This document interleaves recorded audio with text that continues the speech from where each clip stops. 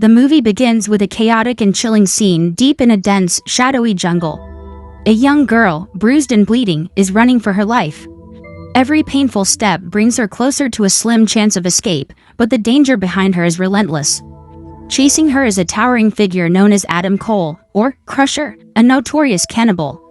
His monstrous appearance, deformed and mutated by chemicals, is as terrifying as his reputation. Crusher closes in with heavy, thunderous footsteps. In one brutal motion, he grabs the girl's head with his massive hand. The sickening sound of bones breaking cuts through the jungle air, and her life is snuffed out in an instant. True to his gruesome name, Crusher drags her body back to his lair, where the true horror unfolds. Inside, Crusher's older brother lounges in front of the TV, casually watching as if nothing horrific has happened. Unbothered, Crusher begins dismembering the girl's body. To heighten the grotesque atmosphere, the TV plays footage of a previous victim, a boy they'd tortured and killed. The air reeks of death, the sound of chopping fills the room, and the brothers fry the girl's flesh with onions, eating it with disturbing ease. The story then shifts to a group of kidnappers transporting the daughter of a wealthy man. She's locked in the trunk of their car. Among them are Sarah and her cousin, unwilling participants in this nightmare. When they stop at a gas station, the tension rises. Sarah's cousin contemplates escaping but can't bring herself to abandon her sister. As they lay low, a sheriff strikes up a casual conversation with a nearby man, and the group grows increasingly nervous. One of them grips his gun tightly, ready for the worst, while Sarah tries to deflect attention. Her shaky voice betrays her fear, but eventually, the group gets back on the road. The tension hits its peak when a massive deer appears in their path, forcing the driver to swerve. The car crashes, and the deer's antlers impale one of the kidnappers. His screams echo as the deer, still alive, thrashes against him. Desperate, he shoots the deer, but his own life cannot be saved. Without hesitation, the driver's cold-hearted brother finishes him off with a single shot to end his suffering. With their plan falling apart and the car wrecked, the group has no choice but to continue on foot. Guilt weighs heavily on them as they trudge through the wilderness with their kidnapped victim, lost and unsure of what to do next. Panic sets in as a truck approaches. The driver, noticing their desperate state, stops to help, but one of the kidnappers, consumed by madness and greed, shoots him. The gunshot echoes through the night, and the driver collapses, wounded. Just as the kidnapper moves in to finish him off, Sarah's cousin intervenes, giving the truck driver a chance to escape into the jungle. Unbeknownst to the kidnappers, Crusher's brother has been silently watching from the shadows. His eyes gleam with hunger as he rushes back to inform Crusher of their new prey. Heartbroken over the failed escape of his last victim, Crusher is reinvigorated by the thought of fresh meat. The two brothers share a menacing laugh as they prepare for their hunt. Meanwhile, the truck driver succumbs to his injuries, bleeding out on the roadside. An old man stumbles upon his body and immediately contacts the sheriff. The situation grows more dire when a chilling radio report confirms that the kidnappers are still at large. The sheriff, racing against time, is determined to end the nightmare before more lives are lost. By morning, the darkness begins to surface. Troubled by unease, the sheriff calls for backup but feels compelled to investigate the scene alone. Meanwhile, Sarah's brother tends to the kidnapped girl, who has endured unimaginable brutality. Unbeknownst to them, Crusher, the silent predator, is stalking them. Among the kidnappers, one of the goons is losing patience. His anger boils over, clouding his judgment and driving him to kill Sarah's brother. But as he fires his gun, the unintended target is revealed. He got shot by Crusher's brother instead. He collapses, leaving everyone in stunned silence. Panic takes hold as Sarah scrambles to come up with a desperate lie. "He was kidnapping us. Please save us," she cries, her voice trembling with fear. Her frantic attempts to spin the situation failed to sway Crusher's brother, who remains cold and unmoved. When Sarah's brother tries to intervene, a gun barrel strikes him across the face, silencing him instantly. Both siblings are shackled and dragged to the car. Confusion grips them. Why are they being taken to the car? Crusher's brother has other plans. Fixated on the idea of a deer's head as a tempting meal, he leaves the girl behind, almost as an offering to Crusher. But Crusher has a different plan. With one powerful blow, he renders the girl unconscious, readying her for a fate worse than death. Sarah's brother was forced to decapitate the deer. Holding its blood-soaked head, he felt disgusted by its weight. Nervously, he asked, "Aren't you taking the meat too?" Crusher's brother smirked, his voice calm but cold. "We don't eat animals." A chill ran through Sarah's brother as he realized these men didn't eat animals. They were cannibals. Back at the house, Crusher dragged the unconscious girl inside and dunked her limp body in water. But she wasn't as out of it as she appeared. As soon as Crusher left, she tried to escape, only to crash into an obstacle and collapse in fear. Crusher's brothers soon returned, dragging Sarah and her brother along, their faces twisted in horror as Crusher's monstrous figure loomed over them.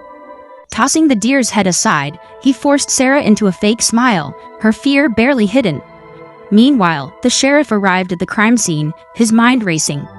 He saw a dead goon, a decapitated deer, and blood trails leading off into the distance.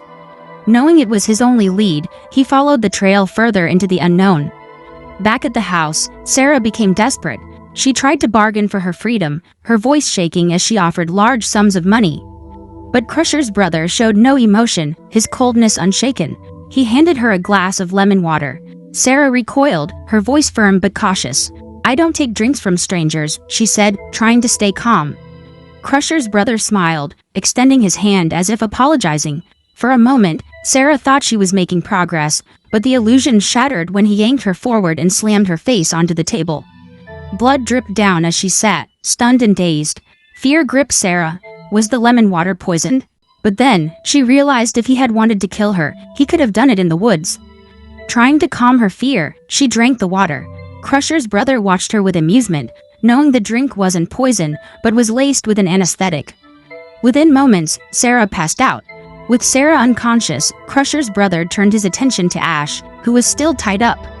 He removed her gag, revealing her terrified face. Without hesitation, Crusher struck Sarah's brother, knocking him unconscious. Then, with brutal efficiency, he tied Ash's shirt like a hunter preparing prey. He hung Sarah from a hook, her lifeless body now positioned like meat for slaughter. As the chaos unfolded, Crusher's brother took pleasure in the moment. He recorded everything, enjoying the torment. He dragged Sarah's brother inside, tied him to a chair, and began taunting him with sadistic joy. But Ash wasn't ready to give up. Seeing a deer horn nearby, she started cutting her restraints. Her mind raced. Should she run or fight? Instinct took over. She grabbed the shotgun, her hands shaking from fear and adrenaline. The cold steel felt heavy in her grip, reminding her of what was at stake. Inside, Crusher's brother was sealing Sarah's brother's wounds with fire, grinning as he reveled in the man's pain. But Ash burst in, breathing heavily. Without hesitation, she fired the shotgun. The loud blast echoed through the room, and Crusher's brother stumbled back. She aimed at Crusher, hands still trembling but focused. She fired again and hit him. Ash stood over their bodies, the air thick with blood and smoke. The nightmare had ended with brutal revenge. She quickly freed Sarah's brother, her heart racing. Together, they shackled Crusher's brother, sparing him only because they needed him to guide them back to the road. They continued on, exhausted and in pain. Their legs trembled, but they had no choice but to keep moving. Suddenly, Ash raised a gun, pointing it at them all. Confusion and betrayal flooded their minds. To Ash, they were no better than captors, all guilty. But Crusher's brother's menacing presence overshadowed them all. The tension broke as Crusher's brother lunged, grabbing Sarah's brother. Desperation filled the air as Sarah's brother screamed at Ash to shoot. But Ash, paralyzed by indecision, couldn't pull the trigger. Crusher's brother seized the moment and killed Sarah's brother. Ash stood frozen, unable to scream. Chaos broke out. In a flash, Sarah grabbed the gun from Ash, shaking with fury. This time, she didn't hesitate. The shot rang out, and the bullet struck Crusher's brother, ending his reign of terror. Crusher fell, but the damage had already been done. Now, with the gun in Sarah's hands, Ash's fleeting sense of freedom vanished. Reduced to a powerless pawn once again, she could only watch as Sarah, her eyes filled with power, pointed the gun at her. Before things could escalate further, a gunshot rang out. Sarah's head snapped back, and her body crumpled to the floor. The sheriff had pulled the trigger. He couldn't let Sarah kill Ash. It was a grim but necessary choice. Stepping forward, his voice tight, he interrogated Ash, demanding answers. The moment felt suffocating as he ordered her to lead him to the house and reveal the truth. When they arrived, a feeling of dread gripped Ash's throat. Crusher was gone. Panic surged through her as she realized they were doomed. Desperation took over, and she tried to flee, but the sheriff caught her, handcuffed her, and tied her to a chair outside. Chaos unfolded. Crusher emerged from the shadows, his cold, unyielding gaze fixed on the sheriff. Without hesitation, he grabbed him with monstrous strength and began tearing him apart, limb by limb. The sheriff's agonized screams filled the air as Crusher tossed his broken body aside like a rag doll. Inside, Ash struggled against her restraints. Driven by rage and terror, she broke free and grabbed a large knife. Just as she prepared to escape, Crusher's brother burst in, gun drawn. But Ash was faster. With a desperate lunge, she drove the knife into his forehead, the sickening sound of steel meeting bone echoing through the room. He collapsed, his final scream summoning Crusher. Crusher stormed in, fury radiating from him. Ash, armed with only a few bullets, fired at him before bolting from the house. Her heart pounded in her chest as she ran, but Crusher, even weakened, pursued her relentlessly. Ash stumbled onto the road, her last hope in sight, the flashing lights of the police. Just before she reached safety, she turned, locking eyes with Crusher. Defiance burned in her gaze. "Come on," she challenged, her voice trembling but steady. "I'll face the police, but not before I kill you." Crusher's face twisted with rage, but instead of charging, he turned and vanished into the darkness. Ash stood there, trembling, finally exhaling. She was safe, for now. Later that night, the police flooded the house, their presence a stark contrast to the horrors inside. But in the shadows, Crusher watched, his eyes burning with vengeance.